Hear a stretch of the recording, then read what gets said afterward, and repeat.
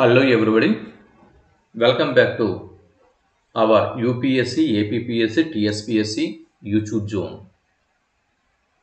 ఈ వీడియోలో మనం మన బాహుబలి ఇండియన్ హెర్క్యులస్ కలియుగ భీముడిగా పేరొందిన కోడి రామ్మూర్తి నాయుడు గారి గురించి మనం తెలుసుకోబోతున్నాం. ఈరోజు అనగా జనవరి 15వ తేదీన కోడి రామ్మూర్తి నాయుడు గారి వర్ధంతి. ఈ సందర్భంగా సాక్షి దినపత్రికలో ఆయన మీద ఒక ఆర్టికల్ అనేది వచ్చింది. దీన్ని పరిశీలన చేసి కోడి రామ్మూర్తి నాయుడు గారి గురించి కొన్ని విషయాలని ఇక్కడ మనం తెలుసుకునే ప్రయత్నం చేద్దాం.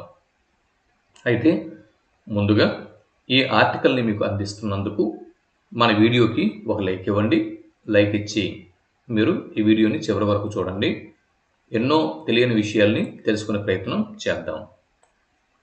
మీరు చూస్తున్నారు UPSC, APPSC, TSPSC YouTube zone. కలియుగ భీముడిగా పేరుగాంచిన కోడి రామ్మూర్తి నాయుడు ప్రపంచ దేశాలలో భారతదేశ ఖ్యాతిని చాటి చెప్పిన మల్లయోధుడు. నేడు రామ్మూర్తి నాయుడు గారి వర్ధంతి. ఈ సందర్భంగా ఆయన గురించి పరిశీలన చేసినట్లయితే ఇండియన్ హెర్క్యులస్, నేను రెడ్ మార్క్తో టిక్ పెట్టినవన్నీ కూడా చాలా ఇంపార్టెంట్. ఇటువంటివి ఎగ్జామ్లోకి రావడం ఛాన్స్ అనేది ఉంది. ఇండియన్ హెర్క్యులస్, కలియుగ భీముడు, బల్ల మార్తాండగా ప్రపంచ దేశాలలో భారతదేశ కీర్తి ప్రతిష్టలను చాటి చెప్పిన బాహుబలి మన కోడి రామ్మూర్తి నాయుడు. ప్రస్తుత పార్వతీపురం మన్యం జిల్లాలోని వీరఘట్టం ఈయన యొక్క స్వస్థలం. స్థానిక తెలగవీధికి చెందిన కోడి వెంకన్న నాయుడు అప్పలకొండ దంపతులకు 1883వ సంవత్సరం నవంబరు 3వ తేదీన ఈయన జన్మించారు. హీరోలు ఒంటి చేత్తో కారును ఆపడం, 2 తాళ్ళు కట్టి కారులను లాగడం, బండరాలను చాతిపై పెట్టి సమ్మెటలతో కొట్టించుకోవటం వంటి విన్యాసాలను మనం సినిమాలలో చూస్తూ ఉంటాం. కానీ ఇటువంటి ప్రదర్శనలు ఎన్నో మన కోడి రామ్మూర్తి నాయుడు గారు ఎప్పుడో చేసి చూపించి పలువురితో షబాష్ అనిపించుకున్నారు. అంతేకాకుండా తన సర్కస్ కంపెనీ ద్వారా జాతీయ, అంతర్జాతీయ స్థాయిలలో ఎన్నో ప్రదర్శనలను ఇచ్చి అంతర్జాతీయ స్థాయిలో ఇండియన్ హెర్క్యులస్గా పేరుగాంచారు. అటువంటి మహానుభావుడు మనోడే అని చెప్పుకునేందుకు మన్యం ప్రజలు గర్విస్తున్నారు. 1942 జనవరి 14వ తేదీన ఆయన స్వర్గస్థులు అయ్యారు. అనగా పండగ రోజు జనవరి 14వ తేదీన ఆయన స్వర్గస్థులు అయ్యారు. ఈ నేపథ్యంలో రామ్మూర్తి నాయుడు గారి జీవిత చరిత్రపై సాక్షి అందిస్తున్న సమగ్ర కథనంని ఇప్పుడు మనం పరిశీలన చేద్దాం. రామ్మూర్తి నాయుడు వ్యాయామ విద్యను బోధిస్తూనే వాయుస్తంభన, జలస్తంభన విద్యను ప్రదర్శించేవారు. ఇలా వ్యాయామం, దేహదారుఢ్యం, యోగా విద్యలపై పట్టు సంపాదించారు. ఇన్ని విద్యలు తెలిసిన రామ్మూర్తి ఇలానే ఉంటే ఆయన చరిత్ర ఇన్ని మలుపులు తిరిగి ఉండేది కాదు. ఆయన తర్వాత కాలంలో విజయనగరంలో ఒక సర్కస్ కంపెనీని స్థాపించారు. ఆ కంపెనీ కోడి రామ్మూర్తి నాయుడు పేరును అంతర్జాతీయ స్థాయికి తీసుకుని వెళ్ళింది. ఇకపోతే బడికి డుమ్మా. అప్పటి శ్రీకాకుళం జిల్లా ప్రస్తుత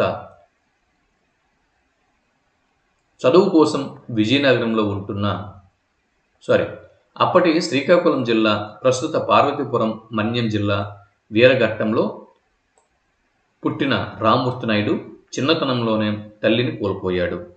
తల్లి లేని పిల్లాడు కావటంతో రామ్మూర్తిని తండ్రి వెంకన్న నాయుడు ఎంతో గారాబంగా చూసేవారు. ఈ గారాబంతో రామ్మూర్తి నాయుడు బాల్యంలో బడికి వెళ్లకుండా డుమ్మా కొడుతూ వీరఘట్టంనకు సమీపంలో ఉన్న రాజా చెరువు వద్దకు వెళ్ళి వ్యాయామం చేస్తూ ఉండేవాడు. దీంతో తండ్రి వెంకన్న తప్పనిసరి పరిస్థితుల్లో కొడుకుని చదువు కోసం విజయనగరంలో ఉన్న తన తమ్ముడు నారాయణ స్వామి ఇంటికి పంపించారు. విజయనగరంలో కూడా రామ్మూర్తికి చదువు అబ్బలేదు. విద్య కంటే వ్యాయామంపైనే ఎక్కువ ఆసక్తి చూపుతూ పలు మల్ల యుద్ధ పోటీల్లో పాల్గొని విజేతగా నిలిచాడు. ఇక రామ్మూర్తికి చదువు వంట పట్టదని గ్రహించిన పెనుతండ్రి అతడిని మద్రాసు పంపించి వ్యాయామ కళాశాలల్లో చేర్పించారు. తర్వాత వ్యాయామ ఉపాధ్యాయునిగా నాయుడు విజయనగరంలో తాను చదివిన కళాశాలల్లోనే పీడీగా బాధ్యతలు చేపట్టారు. ఇకపోతే రామ్మూర్తి తన 20 ఏళ్ల యుక్త వయసులోనే గుండెల మీద 1.5 టన్ను బరువును మోసి చూపించేవారు. సర్కస్లో విచిత్రమైన ఊహకందని విన్యాసాలు చేసేవారు. ఆయనను ఉక్కు గొలుసులతో బంధించేవారు. ఊపిరితిత్తుల నిండా గాలి పూరించి ఆ గొలుసులను తెంచేవారు. 2 కార్లకు గొలుసులు కట్టి వాటిని తన భుజాలకు తగిలించుకొని కదలకుండా ఆపేవారు. ఏనుగును ఛాతీ మీద ఎక్కించి దాదాపు 5 నిమిషాలు ఉండేవారు. అందుకే ఆయన సర్కస్కు అంటే కోడి రామ్మూర్తి నాయుడు గారి సర్కస్కు విశేషమైన ఆదరణ ఉండేది.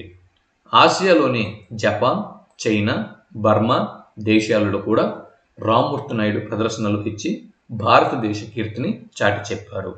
బర్మాలో ఆయనపై హత్యాయత్నం జరగడంతో విదేశీ ప్రదర్శనలను నిలిపివేసి స్వదేశంలోనే స్థిరపడ్డారు. కండలి వీరుడు కోడి రామ్మూర్తి నాయుడు నిత్య బ్రహ్మచారి, శాకాహారి అయిన ఈయన ఆంజనేయ స్వామి భక్తుడు.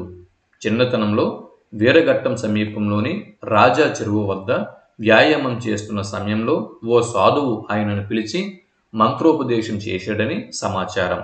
అప్పటి నుంచి రామ్మూర్తికి దైవ చింతన కలిగింది.